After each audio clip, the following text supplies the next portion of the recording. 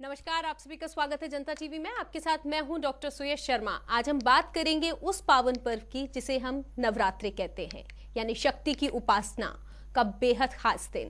कहते हैं इन दिनों देवी की विधि विधान से पूजा अर्चना की जाए तो तमाम कष्ट दूर हो जाते हैं, आम इंसान भी सिद्धि प्राप्त कर लेता है, साथ ही उसे माँ की असीम कृपा भी मिल जाती है।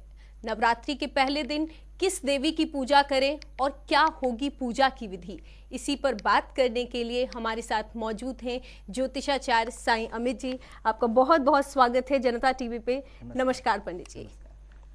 जी हाँ, इससे पहले कि हम बातों का सिलसिला शुरू करें पंडित जी, दर्शकों को एक बार माँ के भव्य दर्शन करवा देते हैं।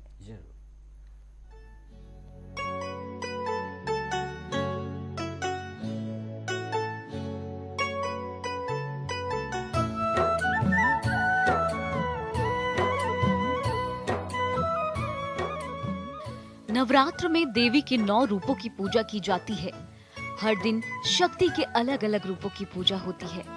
बेहद भक्ति भाव से मनाने वाले इस पर्व में 9 दिनों तक व्रत रखने की भी परंपरा है। नवरात्रि के पहले दिन शक्ति स्वरूपा माँ शैलपुत्री की पूजा की जाती है। माँ शैलपुत्री को आदि शक्ति का प्रथम स्वरूप माना जाता है।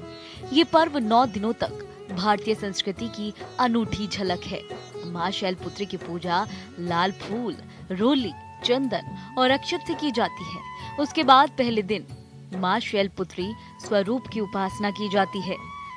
इस दिन से कई लोग 9 दिन या फिर 1 दिन का उपवास रखते हैं। कहा जाता है कि माँ शैलपुत्री की उपासना और अर्चना करने से सूर्य मजबूत होता है और गाय के शुद्ध घी का प्रसाद बनाकर माँ शैलपुत्री को भोग लगाने से माँ भक्तों पर अपनी कृपा बरसाती है और मनचाहा वरदान देती है।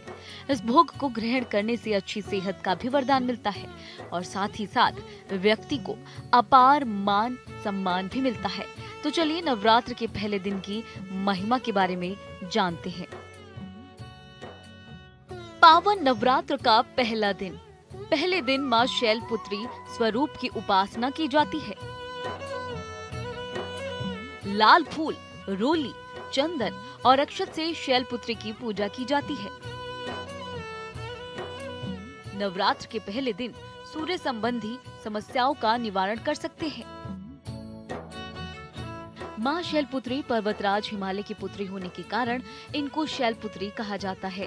पूर्व जन्म में इनका नाम सती था और ये भगवान शिव की पत्नी थी। सती के पिता दक्ष प्रजापति ने भगवान शिव का अपमान कर दिया था और इसी वजह से सती ने अपने आप को यज्ञ अग्नि में भस्म कर लिया था। अगले जन्म में सती शैलपुत्री बनी और भगवान शिव से ही विवाह किया और तभी से अब तक भगवान शिव की पत्नी और पार्वती के रूप में भी उन्हें जाना जाता है। बैल इनका सवारी होने के कारण इन्हें वृषभारूढ़ा भी कहा जाता है। इनके दाएं हाथ में त्रिशूल और बाएं हाथ में कमल धारण है। नवरात्र में पूजा अर्चना का खास महत्व है, लेकिन एक खास महत्व कलश स्थापना का भी है और ऐसी मान्यता है कि कलश स्थापना शुभ मुहूर्त में किया जाता है। नवरात्र में अगर खास मनोकामना पूरी करना चाहते हैं तो घर में कलश की स्थापना बेहद शुभ है। तो आइए जानते हैं कलश की स्थापना कैसे की जाए। कलश स्थापना करने की विधि। कलश की स्थापना शुभ मुहूर्त में करें। चौकी पर लाल वस्त्र बिछाकर कलश स्थापित करें।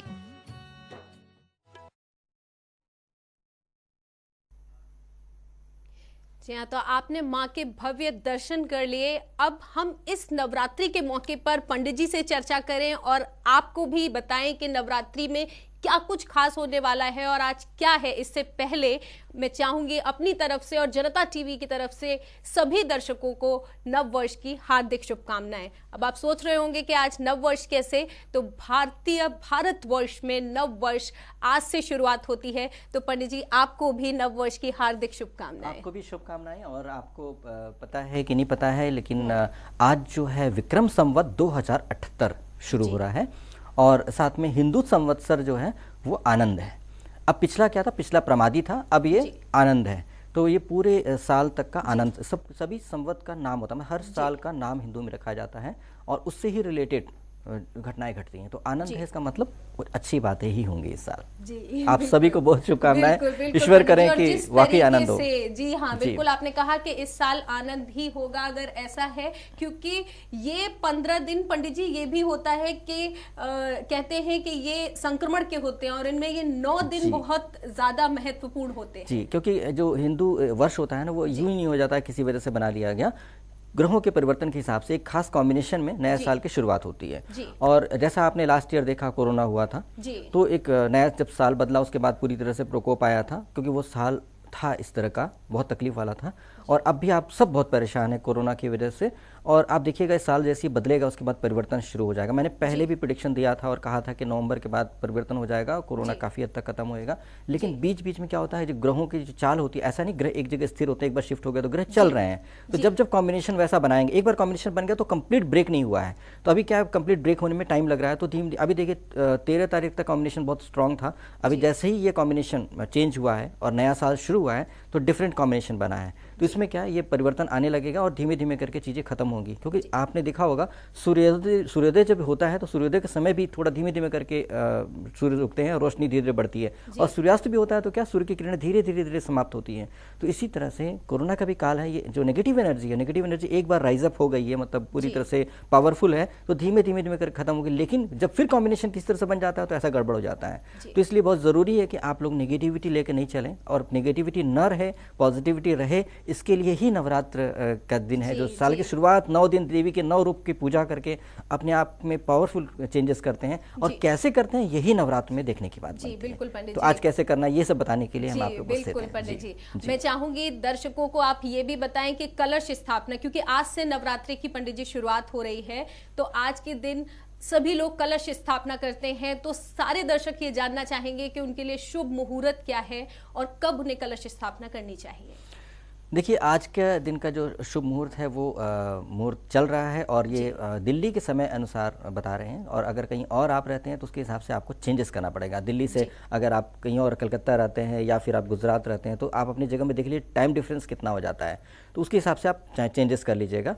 तो इसमें 5:58 मॉर्निंग से लेकर के आज 5:58 सुबह से लेकर के 10:14 सुबह तक का शुभ मुहूर्त है। बहुत ही अच्छा मुहूर्त है। इस समय पर तिथि जो है वो प्रतिपदा, मतलब पहली तिथि जो हो रही है नए साल की, वो तिथि 10:16 तक है। तो मतलब आपको पहली तिथि भी मिल जा रही है और एक शुभ मुहूर्त भी मिल जा रहा है। तो इस तरह से करके बहुत ही शुभ समय है। इस समय पर ही आप कलश स्थापना करें तो बहुत बढ़िया है। किसी वजह से नहीं कर पाए, हर व्यक्ति नहीं कर पाएगा इस समय पर, क्योंकि कुछ लोग के ड्यूटी आवर्स होते हैं, बहुत सारी वजह होती है, तो नहीं अगर कर पाते हैं तो आप अभिजीत मुहूर्त में कर सकते हैं, जो हर रोज दोपहर के समय होता है। तो वो समय है 11:56 से लेकर 11:56 दोपहर के, और रात दिन में 12:47 तक। ये इस समय पर आप घट स्थापना कर सकते हैं। क्योंकि घट स्थापना ठीक से आप करेंगे तो सारे समय तक, पूरे 9 दिन तक आप उस पर सामान सामग्री रख करके और उसके साथ ही पूजन करेंगे। क्योंकि घट का बड़ा महत्व है। अगर घट आपने ठीक से स्थापित नहीं किया तो फिर सब कुछ गड़बड़ हो सकता है और नुकसान भी हो सकता है। क्योंकि घट स्थापना करते समय आप देखिए एग्जाम्पल की, घट के ऊपर जब आप कलश रखते हैं तो कलश वो आप नारियल रखते हैं, तो नारियल का क्या है कि नारियल किस तरह से रखते हैं उस पर भी डिपेंड करता है कि आपकी पूजा कैसी जाएगी। तो नारियल का जो मुख होता है, जैसे डंडी से जुड़ा होता है नारियल, तो वो वाला भाग को मुख कहेंगे। तोड़ने पर वो भाग खुला सा रह जाता है ना, तो वो भाग जो होता है वो आपकी तरफ होना चाहिए। अगर है तो ही आपको फल मिल पाएगा, नहीं तो 9 दिन तक आप पूजा करेंगे तो उसका नेगेटिव इफेक्ट ही आएगा। जिस तरफ होगा उस तरह का नेगेटिव इफेक्ट आएगा। हर डायरेक्शन में एक नेगेटिव इफेक्ट आता है। मैंने पहले विस्तार से आपको बताया हुआ है। तो इसलिए क्या है कि आप किसी उस पर नेगेटिविटी में ना जाएं कि क्या होता है नुकसान, बजाय कि आप देखें कि आपको पॉजिटिविटी कैसे मिलेगी। तो इस तरह से आप नारियल स्थापित कर लें और उससे आपको फर्क पड़ जाएगा। तो इसलिए कलश स्थापना अच्छे मुहूर्त में अच्छे तरीके से अच्छे से कर लेंगे और 9 दिन पूजा करेंगे तो आपका बहुत ट्रांसफॉर्मेशन चेंजेस आ जाएगा और पूरे साल तक आप हर नेगेटिविटी से बचेंगे। सिर्फ कोरोना ही नहीं, बहुत सारी नेगेटिविटी से आप बच जाएंगे। बिल्कुल। और जिस तरीके से पंडित जी ने आप लोगों को बताया कि नेगेटिविटी पे ध्यान न दें, पॉजिटिविटी पे ध्यान दें, और आप कलश स्थापना को जैसा पंडित जी ने बताया कि वो अपनी तरफ हो, उसका मुख उस तरीके से करें तो आपके लिए बहुत फायदेमंद होगा। पंडित जी, मैं चाहूंगी कि आप दर्शकों को ये भी बताएं कि आज पहला दिन है तो किस माता की पूजा करें वो, और किस तरीके से पूजा अर्चना करें, क्या है पूरी विधि? देखिए, आज पहला दिन देवी माँ के माँ शैलपुत्री रूप की पूजा की जाती है जी माँ शैलपुत्री का रूप। देखिए, देवी माँ तो एक ही हैं, जी लेकिन देवी माँ किसी खास वजह से खास रचना, मतलब वो एक लीला रची, जिसकी वजह से क्या है, उनको उस नाम से जाना गया। जी तो इसी तरह से जैसे आप खुद ही लीजिए कि आपके परिवार में कोई सदस्य है, वो व्यक्ति टीचर है, टीचर की जी, जॉब करते हैं, जी, है जी, आपके भाई साहब, जी, तो आप उनको कहते हैं कि शिक्षक, हमारे शिक्षक भाई है, भैया है, या हमारे टीचर हैं, वो टीचर है, ऐसे करके आप संबोधित कर सकते हैं। तो क्या होता है ना, एक उपाधि मिल जाती है। या आप डॉक्टर हैं तो जी। आप डॉक्टर अपने नाम के आगे बोलती हैं, तो एक पदवी लिया आपने, इसकी वजह से आपके नाम में परिवर्तन होगा। इसी तरह से देवी का एक खास लीला होने के बाद, वो खास जीवनी की वजह से, खास एनर्जी की वजह से उनका नाम माँ शैलपुत्री पड़ा। और वो ये था कि जब आपने देखा होगा पैकेज में कि किस तरह से देवी जन्म ली थी, तो जब एक बार जब सती हो गई, तो उसके बाद जब जन्म ली, तो जन्म मनुष्य के रूप में ली थी। जी इस पृथ्वी पर आने के बाद ज़्यादातर यही होता है कि पिछले जीवन की स्मृति समाप्त हो जाती है। जी तो इनकी भी पिछले जीवन की स्मृति समाप्त, उनको खुद ही नहीं पता था कि मैं इतनी महान सती हूँ करके। तो मनुष्य योनि में जन्म लिया, और कहाँ जन्म लिया, हिमालय राज के घर में जन्म लिया था इन्होंने। जी तो जब हिमालय राज किया, उन्होंने बहुत मन्नत माना था कि हमें देवी माँ मेरे यहाँ जन्म ले, और उनके यहाँ पे देवी आ गई। और जन्म लेने के बाद उन्होंने सारी विद्याएं सिखाया उनको, हिमालय पे जड़ी बूटियाँ, औषधियाँ, क्योंकि बहुत औषधियाँ हैं, आपको पता होगा हिमालय में। जी जी बिल्कुल। तो औषधियों के बारे में, प्रकृति के बारे में, एनर्जी के बारे में, सारे पृथ्वी के बारे में। तो इससे क्या हुआ कि उनको बहुत ज्ञान मिला अपने पिता से संस्कार के तौर पर। साथ साथ क्या है कि उनको बिल्कुल स्मरण नहीं था कि वो सती हैं, तो उन्होंने बहुत अच्छे तरीके से अपने जीवन को आगे बढ़ाया, बिना ये जानते हो कि मेरे पास पावर क्या है। बाद में अब कल का रूप जब आएगा माँ ब्रह्मचारिणी, तब उनको पता चलेगा, अरे मैं तो यूँ, उनको जब नारद जी याद दिलाएंगे, तब वो तपस्या करने बैठेंगे, और फिर उसके बाद फिर वो शिव जी को प्राप्त करती हैं। तो ये शुरुआत का रूप है।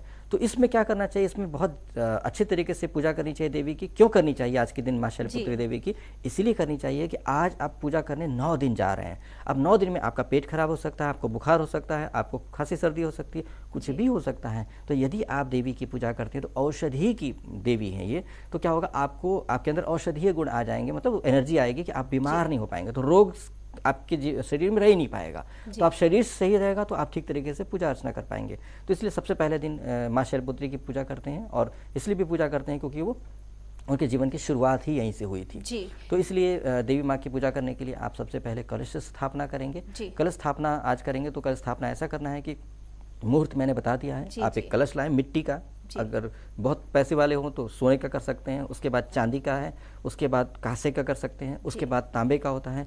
तो ये कैटेगरी है। सबसे अच्छा सोने का होता है, नहीं है तो चिंता मत कीजिए, देवी माँ को फर्क नहीं पड़ता इन बातों से। उसके बाद सबसे बेस्ट जो कहा जाए इन सब में बेस्ट, वो है मिट्टी का, और वो भी फ्रेश होना चाहिए, एकदम ताज़ा। और उसके ऊपर जो एक ढक्कन होता है, उसको पूर्ण पात्र कहते हैं, वो भी होना चाहिए। तो इस तरह से करके आप ले आएँ। आप धरती पर कुमकुम लगाएं, अगर कच्ची है तो उसके ऊपर गोबर, गाय के गोबर से लीप लें, अगर पक्का है तो उसको साफ करके उसमें आप रंगोली वगैरह बना लें। और उसके बाद फिर क्या करें, उसके ऊपर थोड़ा अक्षत डाल दें। उसके बाद उसके ऊपर जो एक कसूरा ऐसा कहते हैं, एक कटोरे जैसा पात्र होता है, तो वो लेकर के मिट्टी का लेकर के आए, मिट्टी को उसमें मिट्टी डालें। मिट्टी डालने के बाद उसमें थोड़ा सा हल्का सा दूध छिड़कें, हल्का सा जल छिड़कें, और उसमें जौ या सप्तधान्य उसमें बोना है, आपको उसमें डाल देना है, सिर्फ बीज डाल देना है। उसके बाद उसके ऊपर कलश स्थापित करेंगे, कलश रखें। तो कलश सिर्फ आप कलश समझ के न रखें, कलश के अंदर भाव ये रखें, क्योंकि इसके मुख पर विष्णु भगवान होते हैं, इसके जो गर्दन जैसा बना होता है वो ग्रीवा कहते हैं, वो होता है रुद्र भगवान, और नीचे जो होता है वो ब्रह्मा, और पूरा कलश देवी माँ का होता है। तो इसलिए वो लोग संभाल कर रहे हैं इस भाग की। इस तरह से भाव रखते हुए आप कलश रखें, उसके ऊपर पूर्णपात्र रखें, उसके ऊपर अक्षत रखें, उसके ऊपर नारियल रखें। नारियल मैंने बताया कि किस तरह से अपनी तरफ मुँह करते हुए, उसके बाद नारियल को आप यूं ही न रख दें, उसके ऊपर कलावा बांध लें, या फिर आप उसके ऊपर लाल कपड़ा लपेट लें और उसके ऊपर कलावा बांध लें। और फिर क्या करें, हल्दी, गीली हल्दी से, मतलब लिक्विड हल्दी बनाइए, उसके बाद से छिड़क लीजिए, और छिड़क करके स्वास्तिक का चिन्ह आप उस पर कलश पर जरूर बनाएं। इस तरह से करके आपका कलश तैयार हो जाता है। उसके बाद आप अपना नाम, गोत्र, नक्षत्र, राशि, नाम, गोत्र, नक्षत्र, राशि बोल करके कि, और आज की तिथि, समय, सब कुछ सब बता करके, नक्षत्र योग वगैरह आप सब पंचांग में मिल जाएगा कि मैं अभी ये देवी माँ के लिए पूजन के लिए कल स्थापना करने जा रही हूँ। अतः हे परमात्मा, या तो अपने इष्ट देव कुलदेव सबका नाम लें डिटेल में, क्योंकि टाइम कम होता है यहाँ पर, बहुत डिटेल में आपको विधि नहीं बता सकते। तो इस तरह से कि आप सबका नाम लेकर के बोलेंगे आप सब कृपा करके मुझे सहयोग करें जिससे मेरे द्वारा की गई कलश स्थापना शुभ तरीके से हो जाए और मेरे लिए फायदेमंद हो। और इस तरह से करके प्रार्थना करके उनसे बोल करके उसके बाद आप जल हाथ में जो आप लेकर के बोलेंगे, उसके बाद जल को छोड़ देंगे, जमीन पर गिरा देंगे। उसके बाद प्रार्थना करेंगे, हे देवी कृपा करके अपनी ऊर्जा के साथ वास करें। देवी को वास करने के लिए बोलेंगे। अब वो देवी को शैलपुत्री माँ के रूप में कभी पूजा करेंगे, काम ब्रह्मचारी रूप में, कभी गौरी, अलग अलग रूप में हम लोग करते रहेंगे। तो इसलिए देवी माँ से आवाहन करें कि कृपा करके पधारें और मेरे द्वारा दी गई पूजन को स्वीकार करके मुझे फल प्रदान करें। तो इस तरह से करके आप आवाहन करेंगे। उसके बाद फिर क्या है कि आप पूजन कैसे करेंगे, आप पंचोपचार कर सकते हैं, षोडशोपचार कर सकते हैं, जैसी आपकी सामर्थ्य हो, जैसी आपको पता हो उस हिसाब से करें। और हमेशा देवी से कहें, देवी कभी ये ना सोचे कि मैं तो ऐसे कर लूँगा वैसे कर लूँगी, ऐसे करके ना करें कभी भी, क्योंकि गलती हो सकती है, छोटी सी गलती भी नुकसान कर देगी। तो इसलिए आपको क्या करना है, सबसे पहले आप फल फूल मिठाई वस्त्र सुगंध ये सारी चीज़ों को चढ़ाते हुए करना है। ध्यान रहे कि जब आप कलश स्थापना करते हैं तो कलश स्थापना करते समय जब आप पूर्ण पात्र रखते हैं तो उसमें आप पंच पल्लव भी जरूर रखें। पत्ते जो होते हैं ना पंच पल्लव, तो वो 5 पत्ते एक साथ जुड़े होते हैं, ये नहीं कि अलग अलग करके रख दें। इस तरह का कर लें तो बहुत अच्छा रहेगा। और कलश में भी मौली अगर बांध देंगे तो बहुत अच्छा, एक रिस्पेक्ट दिया जाता है। वस्त्र जैसे कि यूँ कहेंगे कि नग्न रूप में आपने रख दिया तो उसको वस्त्र पहनाया जाता है इस तरीके से, नहीं तो आप कपड़ा भी लपेट सकते हैं उसमें चारों तरफ लाल कपड़ा। तो इस तरह से आप करके आप करेंगे। और फल चढ़ाएं, जो ऋतु फल जो कि समय पे होता है इस मौसम में, फूल चढ़ाएं, फूल भी लाल फूल पीला फूल अच्छा शुभ रहेगा। मिठाई चढ़ाएं, मिठाई ऐसी हो जो बहुत शुभ शुद्ध घी से, गाय के घी से बनी हो तो बहुत बढ़िया है, नहीं है तो घर में बना लीजिए। और कुछ नहीं चढ़ा सकते, मान लीजिए सुविधा नहीं है तो मिश्री चढ़ा लें, मिश्री भी वो धागे वाली मिश्री होती है वो, नहीं तो बाकी चीनी होती है, तो इसलिए वो मिश्री चढ़ाएं। और सुगंध में आप गुलाब का इत्र चढ़ा सकते हैं, या फिर आज की डेट पे देवी का जो है, जो माँ शैलपुत्री का वो है चमेली बहुत पसंद है इनको, तो चमेली की खुशबू जिसको इंग्लिश में जैस्मिन भी कहा जाता है, तो आप जैस्मिन की भी खुशबू ला सकते हैं और खुशबू चढ़ा सकते हैं, उससे देवी माँ प्रसन्न होंगे। तो इस तरह से करके आप इस रोग के लिए सब विधान करते हुए आप करें। और इसमें पूजा करते समय क्या है, सबसे पहले आपको क्या करना है, जब ये आप घट स्थापना कर देते हैं उसके बाद फिर क्या करना है आपको, आप हाथ जोड़कर नमस्कार करिए, क्योंकि देवी माँ को मानते हुए कि हे देवी माँ आप पधारिए, आपने बोला था। तो अब क्या है कि आप देवी माँ आ गई हैं ऐसा मानते हुए नमस्कार करेंगे। हे देवी आपको बहुत बहुत नमस्कार कि आप मेरे आह्वान से पधारी हैं, और मैं विनती करता हूँ कि कृपा करके मेरी पूजा स्वीकार करें। आज आपके माँ शैलपुत्री रूप की पूजन करने जा रहा हूँ तो या जा रही हूँ। तो आप जल हाथ में लेकर के बोलिएगा, मैं अपना नाम नक्षत्र राशि गोत्र कि आज मैं माँ आप, हे देवी माँ मैं आज आपके माँ शैलपुत्री रूप की पूजन करने जा रहा हूँ या जा रही हूँ, अतः कृपा करके यहाँ पधारिए और मेरी पूजन स्वीकार करें। और ऐसे जल हाथ में लेकर के सामने से गिराना है, टिप से, साइड से नहीं गिराना, साइड में अंतिम संस्कार के लिए होता है, तो इसीलिए बिल्कुल ना करें, सामने से गिराएं, टिप से जल हाथ में ठीक से लें और जल्दी से गिरा दें, लेकिन वहाँ पैर नहीं पड़ना चाहिए, तो बाद में सूख जाएगा। तो इसलिए ऐसे करके आप से संकल्प कर लेंगे। उसके बाद फिर क्या होगा, फिर आपको पूजन करना है। तो कैसे करना है, सबसे पहले उनको नमस्कार कीजिएगा कि हाँ माँ शैलपुत्री रूप को नमस्कार कीजिएगा आपकी बार। उसके बाद फिर क्या करना है, आपको दीपक जलाना है। दीपक जला करके उनको आदर कीजिएगा। उसके बाद फूल चढ़ाइएगा, फूल आदर देने के लिए। उसके बाद फल चढ़ाइएगा, फिर मिठाई चढ़ाइएगा। आज मिठाई में क्या चढ़ाते हैं, आज का जो भोग है देवी का घी है, तो विशेष तौर पे गाय का शुद्ध घी, देशी गाय का, जिसको A2 मिल्क वाला जो घी होता है ना, वो अब A2 कह रहे हैं, नहीं तो हमारे देश में तो वही गाय हुआ करती थी, तो वो बहुत औषधीय गुण रखता होता है। तो देशी गाय का जो होता है, बिलोना गाय जो घी होता है, हाथ से बिलो के निकालते हैं, वो बहुत महंगा आता है और बहुत सबसे अच्छा वही होता है। तो आप उसको लेकर के जरूर चढ़ाएं, क्योंकि इसके औषधीय गुण बहुत जबरदस्त हैं। तो उसको आप चढ़ा करके देवी को भोग लगाएं। और साथ में मिठाई के तौर पर आपको जो पसंद है, आपको बहुत पसंद है कोई मिठाई, तो अपनी मन की पसंद की चीज़, जैसे शबरी ने बेर जो बेस्ट उसको लगा वो चढ़ाया, उसी तरह से आप वो मिठाई चढ़ाएं। तो देवी की पसंद की चीज और अपनी पसंद की चीज, इस तरह से देवी को भोग लगाएं। बिल्कुल पंडित जी, आपने सही कहा, क्योंकि जिस तरीके से अगर अपनी पसंद का भी हम उनको अर्पण करेंगे, और आपने बताया अभी दर्शकों को कि घी आप देवी को चढ़ाएं, तो दोनों ही चीजें और साथ में भाव भी मिल जाएगा, तो उसका आशीर्वाद और फल अपने आप ही बहुत ज्यादा मिलेगा, बहुत ज्यादा हो जाएगा। तो इसलिए इस तरह से आप चढ़ाएं। और उसके बाद देवी माँ को मंत्र से पूजन करें। मंत्र क्या है कि मंत्र बहुत आसान 3 मंत्र आपको बता रहे हैं, बहुत बड़े कॉम्प्लिकेटेड मंत्र में मत जाइएगा, क्योंकि देखिए मंत्र बहुत पावरफुल है देवी माँ के। अगर आपने गलत बोला तो नुकसान होगा ही होगा। अब आप कहेंगे कि नहीं ऐसा नहीं होता है, होता क्यों नहीं है। आप खाना बनाते समय चूल्हे में आप आग पे अपने हाथ रख दीजिए, आपका हाथ जल जाएगा, नहीं तो वही भोजन आपको देगा, स्वादिष्ट भोजन। या आप टमाटर आलू काटते समय अपने चाकू उल्टा पकड़ लिया तो आपका हाथ कट जाएगा। वही भी चीज जो आपको फायदा पहुंचाती है वो नुकसान भी पहुंचा सकती है। दवा वही, जब बीमार थे तो फायदा कर रहा था, नहीं बीमार हो खाते जाइए तो आपको शरीर में नुकसान हो जाएगा, वो केमिकल है वो। तो इसी तरह से मंत्र भी मंत्र आपको नुकसान भी पहुंचा सकते हैं आपने गलत पढ़ा तो इसीलिए क्या करना है, बहुत सरल तरीके से मंत्र पढ़ना है और मैंने जैसे बताया उसको सही उच्चारण के साथ पढ़ेंगे तो बहुत अच्छा रहेगा। 3 तरह के मंत्र हैं। एक मंत्र है जो आप हर रोज पढ़ सकते हैं, जो आपको बता रहे हैं, ओम ऐम ह्रीम क्लीम चामुंडाय विच्चे। जैसे मैंने बोला वाइब्रेशन के साथ आपको बोलना है, बहुत आराम से गा के नहीं बोलना, ये गाने की चीज़ नहीं है, ये वाइब्रेशन की चीज़ है और इसको वाइब्रेशन संस्कृत जैसे बोला जाता है वैसे ही बोलना है आपको। उसके बाद क्या है, दूसरा और आसान क्या है, या देवी सर्वभूतेषु माँ शैलपुत्री रूपेण संस्थिता नमस्तस्यै नमस्तस्यै नमस्तस्यै नमो नमः, ये हो गया।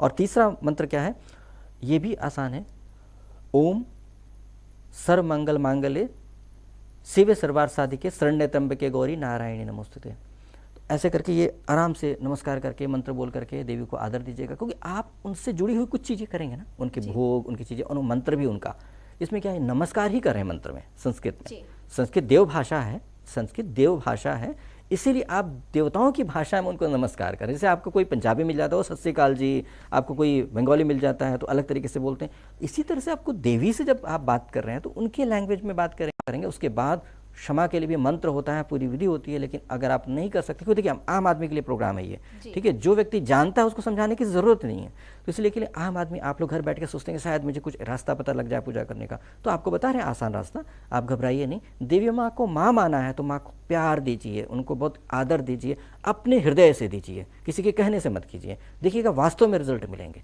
तो क्या क्षमा मांगना है तो क्षमा बोलिएगा, तो क्षमा में बोलना है कि हे देवी, मैं अज्ञानी, मैं मूर्ख, मुझे नहीं पता कि आपकी पूजन कैसे करना, आप तो बहुत महान हो देवी।